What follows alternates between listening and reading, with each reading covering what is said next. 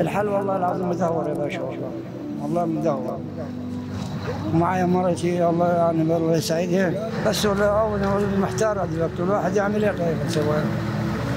الدكتور قال لنا عليها 6000 جنيه العمليه. عامله 6000؟ 6000 عمليه العيون. ومحتار الواحد خايف اللي تعمل. وديك الجامعه مرض بصري لا اعمل، واحده خوفتها قالت لي واحده عملت في الجامعه عميت، خوفتها تعمل ايه؟ حاجه تعملها دكتور خاص بره. بس الواحد محتار يعني هيجيب منين ويسوي. والوضع نفسه صعب. والجو صعب اصلا. الجو صعب.